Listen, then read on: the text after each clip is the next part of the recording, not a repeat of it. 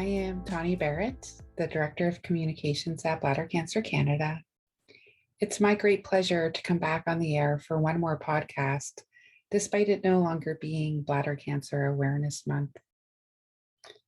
Today is Father's Day, and for those of you that are listening, I'm really excited to chat with Jack Moon, co-founder of Bladder Cancer Canada. I know that Father's Day can be a difficult day for many of us, especially for those of us that have lost their fathers, whether to bladder cancer or another type of cancer, or for any other reason.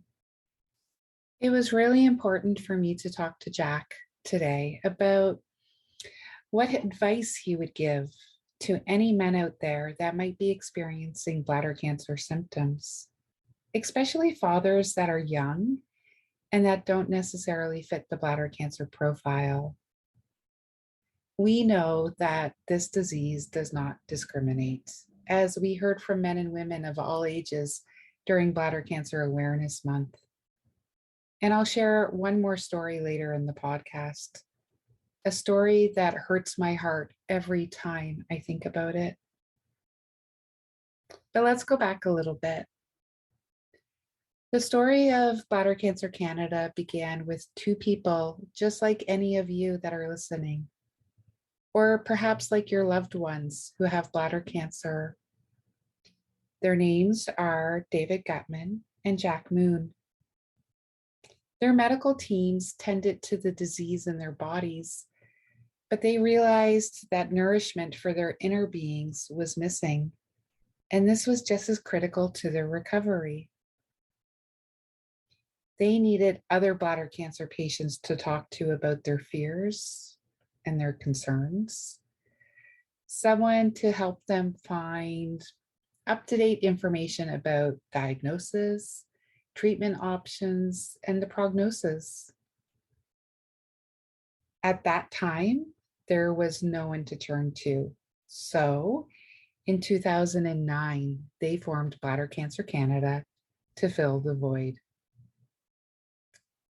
Although they were ordinary bladder cancer patients, what they accomplished is extraordinary.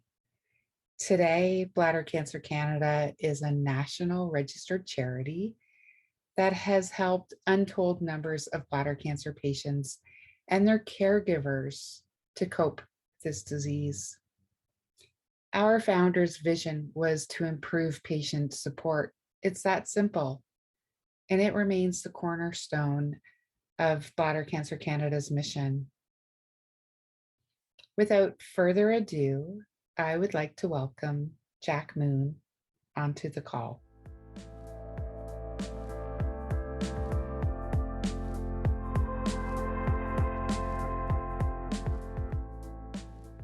So Jack, I wanted to start our call today by asking you to tell your story about how you got involved with Bladder Cancer Canada. Well, I was diagnosed with bladder cancer in 2005, and I found there was really no support for bladder cancer patients in Canada at that time. I was involved with the US group, American Bladder Cancer Society, and BCAN in the US. I was a moderator on their websites, and I did take calls for patient support for people that had been diagnosed with non-muscle invasive bladder cancer. And I sought out over a year of thinking about what will we need to do to have an organization like BCAN in Canada. So I asked Diane, the president of BCAN, if she knew of any Canadians that might be interested in starting a similar organization in Canada. And she gave me David Gutman's name. And she gave me David Gutman's contact information. So I contacted David, and we had a lunch together. We got along extremely well.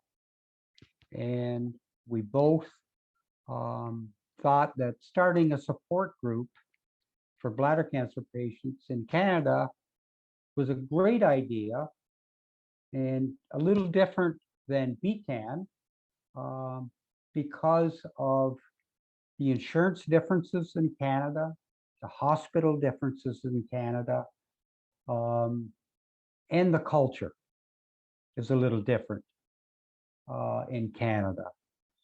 So it was basically to give patients support that David and I really never ever got in Canada.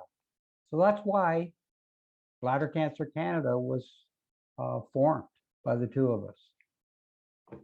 And I've heard stories, Jack, about you and David sitting at like your dining room table with your wives, and you were like shoving brochures into envelopes and taking them to hospitals for drop-offs. That is true.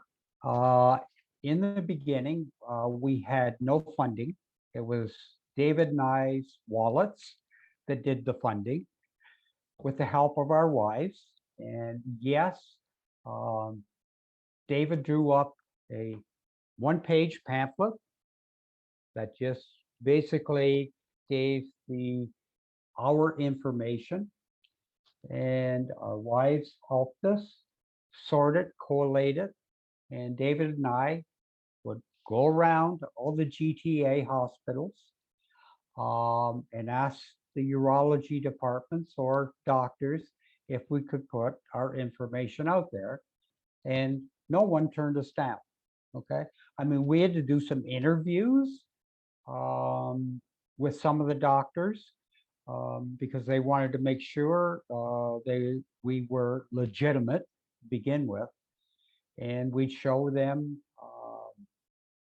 website that we had got from Dr. Jewett's son, who developed just for us in kidney cancer, and our discussion forum that we had. And but that's basically what we did. I mean, in the very beginning, the organization was set up from a golfing buddy of mine who's a lawyer, all gratis. I mean, I could go on and on and on about people that helped David and I in the beginning, especially Dr. Michael Jewett and his son. Um, but Dr. Jewett was basically our coach. Every time David and I would get down because we weren't making progress and there was this hurdle and another hurdle and another hurdle, Dr. Jewett would be there to prep us up and, keep going forward, guys. It's going to happen. And it eventually did. But in the beginning, yeah, it was very basic. And you got to remember back when David and I started in 2009, social media wasn't what it is today. Information for bladder cancer patients on hospital websites isn't what it is today, not even close. So there wasn't a lot of information out there for bladder cancer patients that wanted to be proactive, okay, for themselves. And because in a lot of cases, you will find out probably in 95 to 99% of cases, when people are told they have cancer, they don't hear anything else the doctor tells them. They really don't. I know I didn't. I was just, I was in shock, and I didn't even, I didn't even know what a TERB was back then. I didn't know what a cysto was. I didn't know that a doctor put a light in your bladder. I couldn't imagine that to see if there was cancer. But so back in those days when David and I started, bladder cancer wasn't really on the radar, uh, especially in the medical area. There wasn't a lot of research being done. I mean, I can count on one hand the amount of research projects that were going on in 2009 and 10. You compare that to today, and it's like a book of what's going on. And I think David and I played a small part in that because we went after the doctors. Why there wasn't research, why there wasn't this, why there wasn't that. And it all comes down to funding. I mean, there really wasn't the money available for the research. Um, so we were fortunate, I think, in year two, where we were able to give a small contribution of $20,000 and partnered um, with the urologist in a couple projects. And and then it exploded. I think today we've given close to the organization $2 million Yes. Yes, towards research, that's right. which is meaningful research. Um, so, I mean, that's something David and I had in our radar in the beginning, but the word we had for it was we were going to advocate for research because we never ever thought we could ever fund research, you know. Back in those days, that wasn't even on our thoughts. And when we put that, our lawyer had to take that out of our mission statement because the Canadian government doesn't like the word advocate in your application Okay. for a charity. But yeah, in the beginning, I mean, in the beginning, when I look back, I mean, it was a lot of work, but you know, if we didn't enjoy it, it wouldn't have got done. So we enjoyed everything we did. Um, the thank yous we got from patients, Right. the friends we've made who are lifelong friends we've made through Bladder Cancer Canada. And that's very gratifying.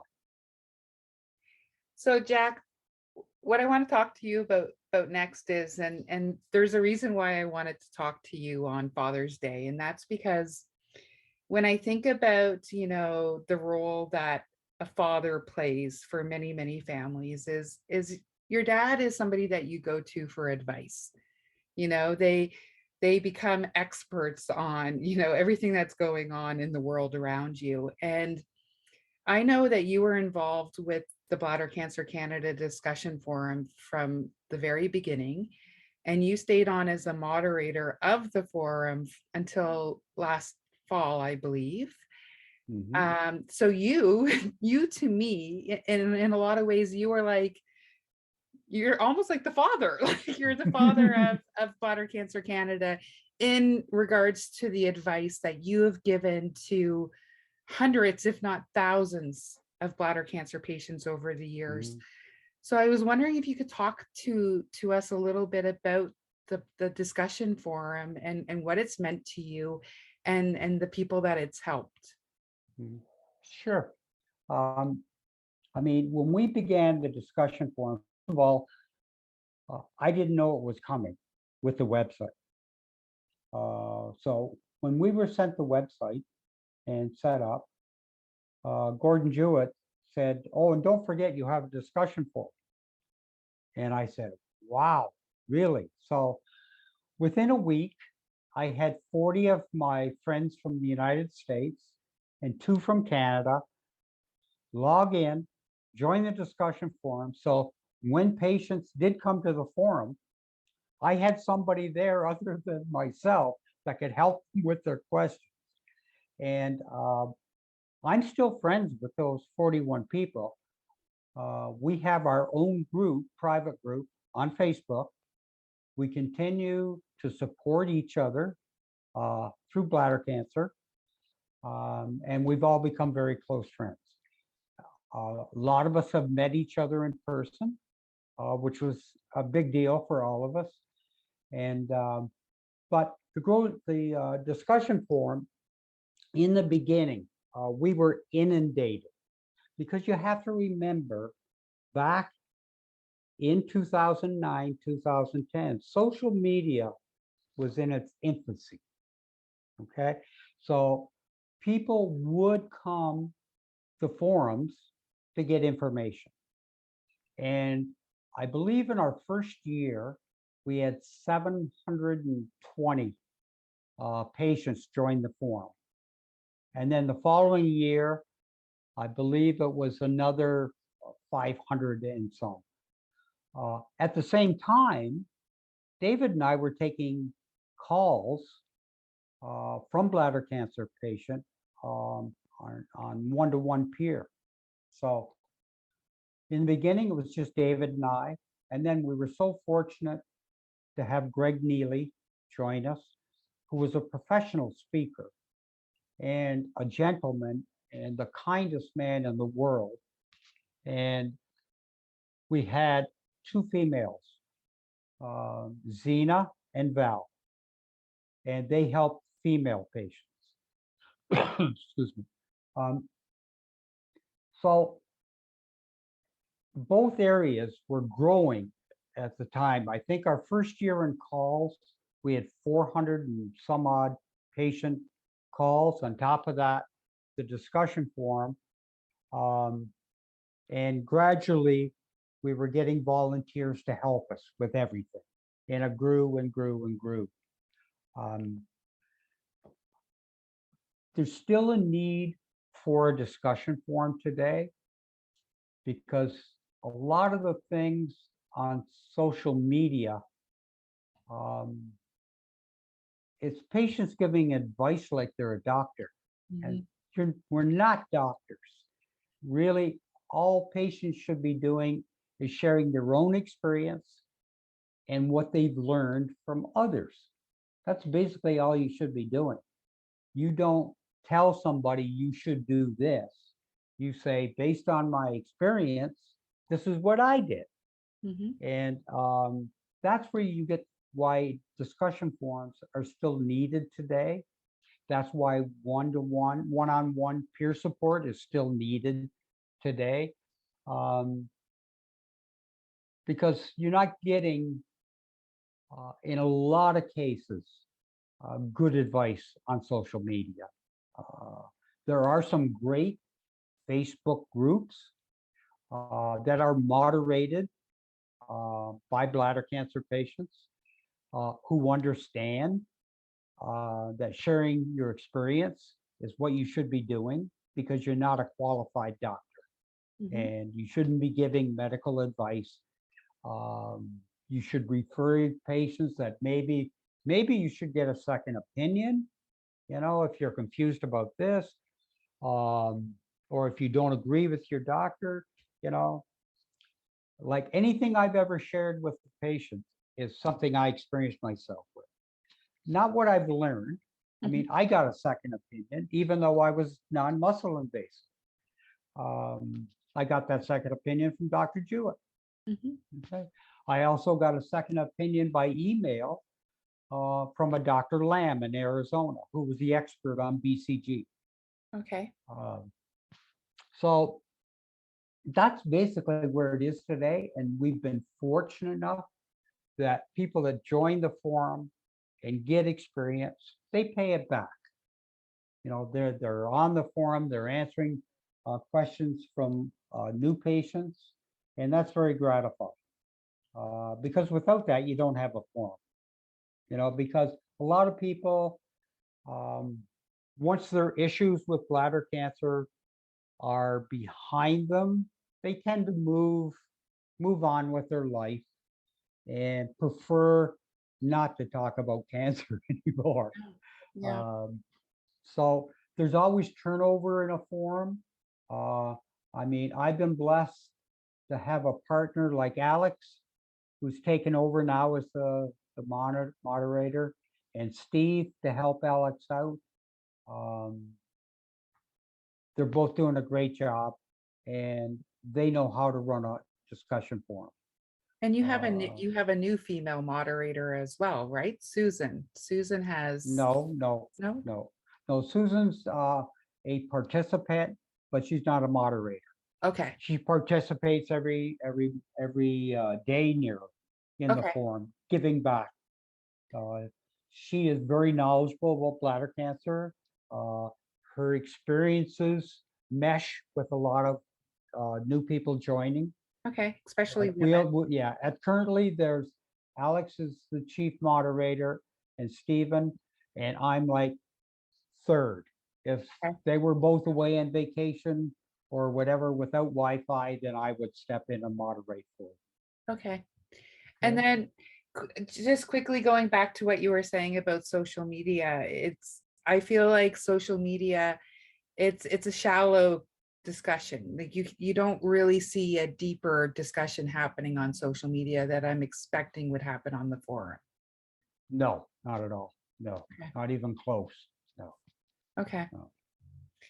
Some, Uh, although there is, I mean, there are some good bladder cancer Facebook groups. mhm. Okay, especially the one from England, Fight Bladder Cancer. They have a great group.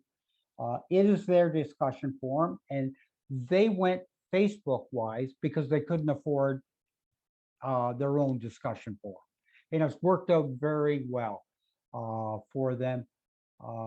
Andrew did a great job of getting that group going, and we helped him a bit in the beginning on his website. Um, and he would have loved to have his own discussion forum, but they just couldn't afford it at that time. But his group on Facebook does a tremendous job, and it's moderated. That's the key. Right. Is if there's moderators, because you know what can happen um, on social media. Mhm. And it's just there's spammers. Um, there's some not so nice people. And I don't know why, they go on these groups and just, but if you're on a group on Facebook, um, I find most of them are very good, as long as they're moderated. Right. Yeah, that seems to be a key piece is the Yeah. moderation. Um, one one thing that I wanted to talk to you a little bit about is we know that bladder cancer, at least historically, tends to affect older men in Hmm. their 60s, 70s, 80s. But we're seeing more and more that it's affecting younger people. And Yeah. an example that I want to talk about today is the story of John, who was a young man in his 30s, and he was diagnosed with bladder cancer when it was really advanced by the time his doctors were willing to consider that it could be bladder cancer, and he actually passed away 9 months after his diagnosis. He left behind a very, very young wife and a 3-year-old daughter. And especially with it being Father's Day, I really want to talk a little bit about the young men out there that are fathers Hmm. that could have bladder cancer, but they might not get the tests that are needed because they don't fit the bladder cancer profile. Right. So I'm wondering if you could talk, like, what would be your advice to a young man that has a family and Hmm. they feel like something is not right. They just feel like there's something going on with their body, and they need somebody to advocate for them. What would your advice to them be? Well, first of all, I mean, the major sign of bladder cancer is blood in the urine, or a substance that could be in your urine. Okay, which is what I have. My first advice is call your doctor. Okay, if it persists and you don't feel comfortable with the advice you're getting from your family doctor, uh, go see another doctor and get referred to a specialist. That's number one. Okay. But I know how men think, and I thought the same way in the beginning. Okay. And when it comes to, for some reason, medical issues, men seem to push them to the side. Okay. It's nothing. It's always nothing. It's always nothing. Well, in the case of bladder cancer, when it's caught early, okay, it is nothing. Okay. When it's caught very early, it's nothing. So if you're young and you get a sign of bladder cancer, or you feel something isn't right in your body, go see a doctor. Okay. The good family doctors will do the proper tests, okay, which is usually an ultrasound in the beginning, okay, to see if anything shows up there. And then they'll refer you to a urologist. And the urologist will simply put a light up your bladder and have a look around and see what they see. Because blood in the urine is the major cause of bladder cancer, but it's also a cause of a lot of other things that can be meaningless. Okay. They could be stones, could be bladder stones, could be kidney stones that's causing the blood in the urine or a substance, whatever. But in this day and age, my advice is be proactive. Okay. There's lots of information from major cancer centers on the internet that you can go to. I would avoid social media with any of your questions unless you're going to a group.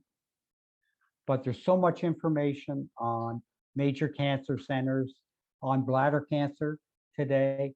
You can get all the information you need. You should always make a list of questions that you should ask your family doctor or ask the urologist.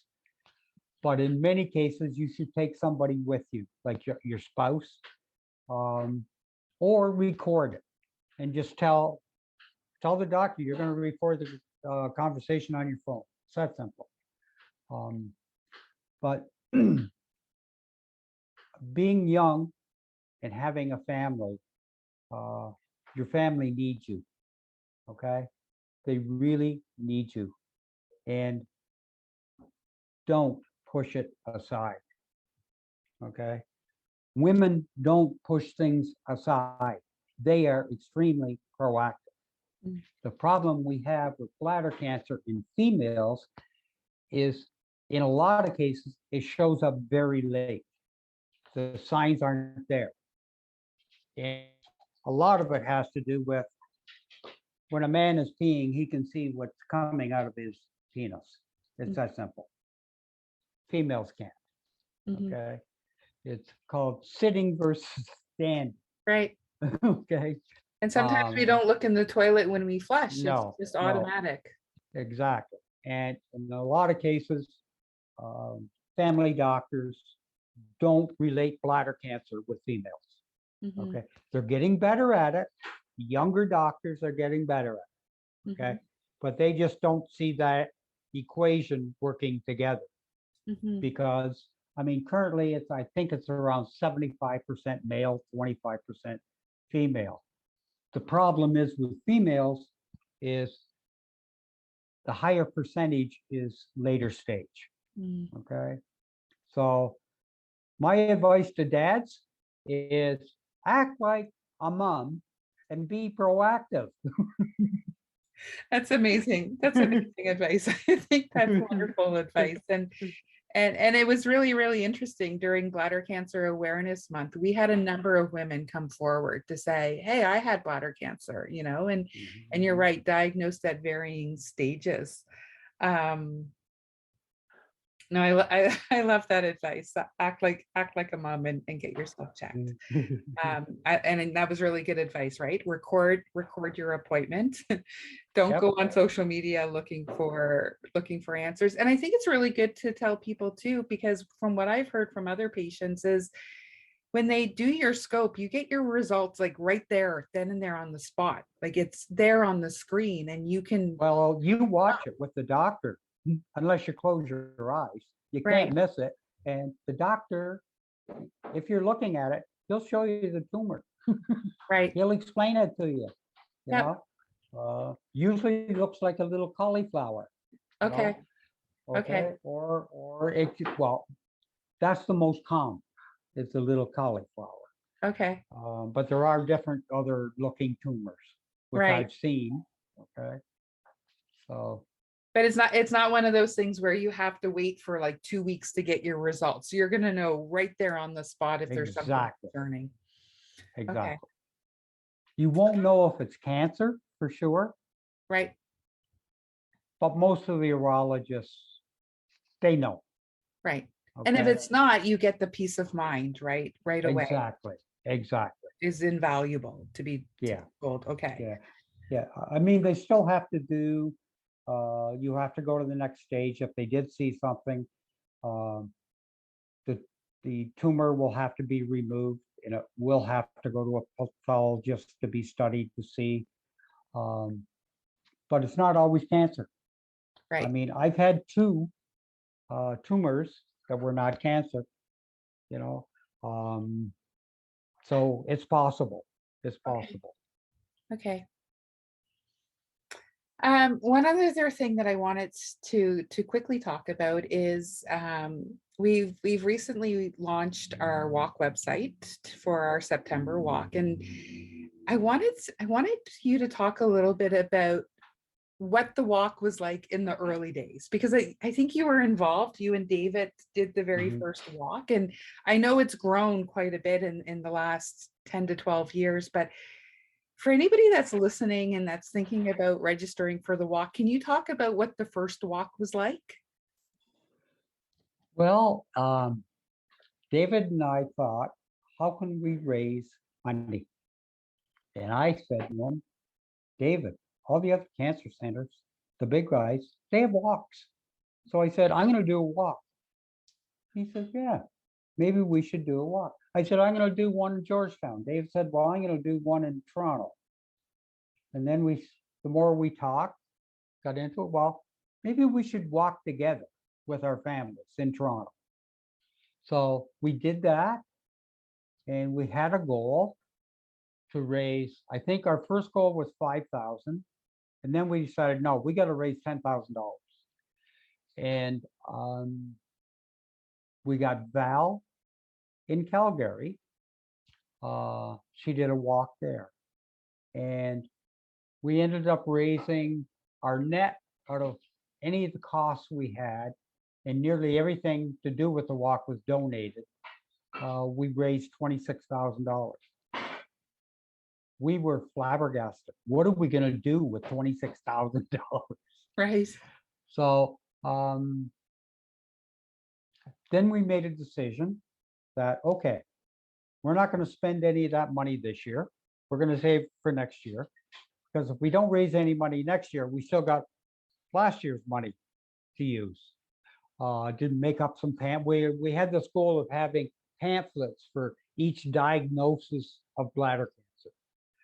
And we wanted them nice. We didn't want to keep borrowing B cans because they supplied us with their pamphlets, 5,000 in the beginning.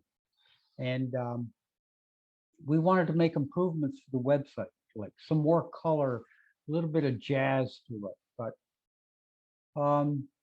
so the next year we decided, well, we set a goal of 50,000 and we raised 80,000.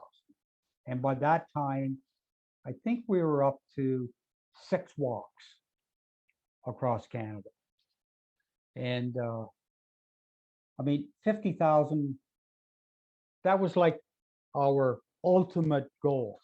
But to get 80,000 was unreal. And then year 3, our walk exploded. Okay. I think we got up to 12 cities across Canada, people walking, and we raised $240,000. That was mind-boggling. Mind-boggling. Yeah. From the days of Debbie and I and Marilyn and David sitting around a table, folding and collating these little pamphlets to put in hospital, to have a dream come true that we were going to have our own colored pamphlets to put in hospitals, in clinics for patients to read, how to contact us if they had any questions, was unreal. It was unreal. So, and then the walk, as you know, over the years, I think the last time we were able to walk in person, I think there was 22 cities and several people that walked on their own throughout the world. And we even had Canadians in the United States doing a walk. It was unreal. I think there was 21 or 22 females that did a walk for Bladder Cancer Canada in Nebraska. Incredible. It was, it really was. But it was, and the other thing that we got out of the walk, David and I, is we got to meet all these patients we've been talking to on the discussion forum or on the phone. We got to meet them in person. And that was very gratifying. We got to meet a lot of doctors, again, that we only talked to on the phone, etc. So we would tend to move around. So I think by year 3, we would go to the Toronto walk. And then the day before, we'd go to the Mississauga walk. And then later in the day, I would go to the Cambridge walk. And it was just, you got so much satisfaction, not so much about the money, Yeah. but about seeing all these people, and we all had the same thing in common. We all had bladder cancer, and we all had our families there with us, celebrating the walk. Amazing. Yeah, Amazing. It's so amazing to see what it's become today. And it really is. yeah. And then to go through COVID and where people couldn't get together, which is very disappointing, but to still raise the amount of money that has been raised the last 2 years without in-person walks has just been unbelievable, unbelievable.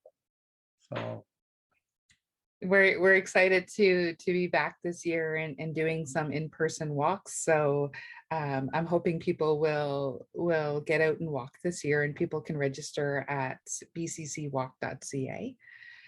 I think they will. I think you're going to be pleasantly surprised um, because for us people that have been to the walks in person, okay, you really miss that uh, personal touch, as Mhm. I say, in shaking people's hand and giving some hugs that you can do at the in-person walks that you really couldn't do during the last 2 years. So I think this year will be the biggest walks ever across Canada. I think you'll have the most people we've ever had at walks. Um, you might end up raising more money than you've ever raised before. And I know that's a goal, but I just think the more people we have at the walks, the more gratifying it is for everybody. Mhm. Because I've talked to patients that have told me it's like being at a patient conference, okay? Instead of like the last 2 years, having to do it on Zooms, et cetera, et cetera. Uh, there's just that personal touch you get by meeting your peers. It's the satisfaction you get when you leave. You really have a good feeling when you leave. Mhm. Um, I know there's been some advantages uh, to Zooms, uh, patient support groups. I think they're getting bigger audiences today because of Zoom, Mhm. because the nice thing about the Zoom meetings is that a person doesn't have to travel 2 hours. They can sit in their living room and see people's faces at least and talk to them on the computer. And I think that's helped increase the numbers. I think we're seeing number increases at all the various support groups compared to the in-person. I mean, I hope they do maybe have some special 2 or 3, 4 meetings a year where they actually do get together and meet each other, because Yeah. I think they'll really get a lot of satisfaction of meeting somebody in person. But that's the big thing David and I found out of the walks. It wasn't so much the money. I mean, the money was great. Yeah. We were able to get everything we needed information wise for patients. We were able to hire an executive director. I mean, the first year was only part time, but now, as we look back, we've been able to create an organization with a staff who specialize and are experts in their areas. And we're doing things today that we could never have done. We could never have done. It's great to have volunteers fill as many of the positions that you have, but you need that person um, to keep it all together. Right. Because volunteers, bless their hearts, they come and go. Mhm. Okay. I think if you can get 2 to 3 years from a volunteer, you've done a good job to keep their interest for that long. But people have lives and people have busy lives, people have families. And so you're always going to have a big turnover of volunteers. Okay. Which can be great too at the same time. Yeah. Yeah. No, it's amazing. It's amazing to see how big the organization has grown and what it's become today. So I have another one last question for you. And I know we're recording this podcast at the tail end of Bladder Cancer Awareness Month, but I just wanted to ask, what are your plans for Father's Day? What are you going to do on Father's Day this year? I haven't really decided yet. Oh, a Uh, barbecue perhaps? Probably something to that nature. Hopefully, be with my kids and grandkids and great grandkids. Oh, you have great grandchildren. Yes, I do. How, I so have. how many kids, how many grandkids, and how many great grandkids? We have 3 children, 2 boys and a girl. We have 4 grandchildren, and we have 3 great grandchildren. That's amazing. Yeah. That is amazing. I bet you are like the world's best grandpa and great grandpa. Uh, my wife is probably the greatest grandma you could ever imagine. Oh, Okay. Every day, every hour, it's about the grandkids and the great grandkids. So it's really fun. that's amazing. Well, I don't have any other questions for you. I just wanted to say thank you for chatting with me today and talking about your experience with Bladder Cancer Canada and on behalf of our entire bladder cancer community, just to thank you for doing the work that you did with David Gutman 12 years ago to get us up and running. Mhm. I think it's amazing that you've done that. Well, thank you for that. And really, David and I, if you asked him, same question, it's the biggest enjoyment we've got in our whole lives, especially seeing the organization today and how it's flourished. So we're so thankful to people like you, our board of directors, uh, just to continue on our dream. And our dream is one day we will not need a bladder cancer clinic because bladder cancer will be a cancer of the past.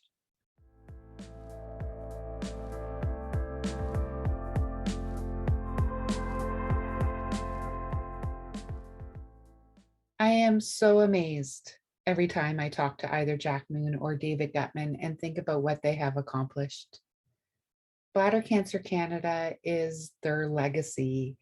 And as you heard Jack say earlier, it's one of the greatest things they have done in their lifetimes. We can't even begin to count the number of patients that have benefited from an early diagnosis of bladder cancer, the lives that have been saved, and also the bladders. In fact, Canada is a world leader in organ preservation, and it's not hard to imagine that this is because of the groundbreaking research that is being done by doctors right here in Canada, and that Bladder Cancer Canada helps fund. If you enjoyed today's podcast and would like to help us in our fight against bladder cancer, if you would like to support patients or increase awareness or help fund life-saving research, please consider making a donation today. We promise to use your donation in a responsible and transparent way. This has always been our commitment to our bladder cancer community and always will be. On a final note, to wrap up, I would like to say that it's such a pleasure to work with bladder cancer patients across Canada, helping them to tell their story. It is through this work that I have realized that advocacy for patients and vulnerable people is part of my purpose and my contribution to the world. Thank you so much for joining me. for listening and for hearing these stories. Until next time, I am your host, Tawny Barrett.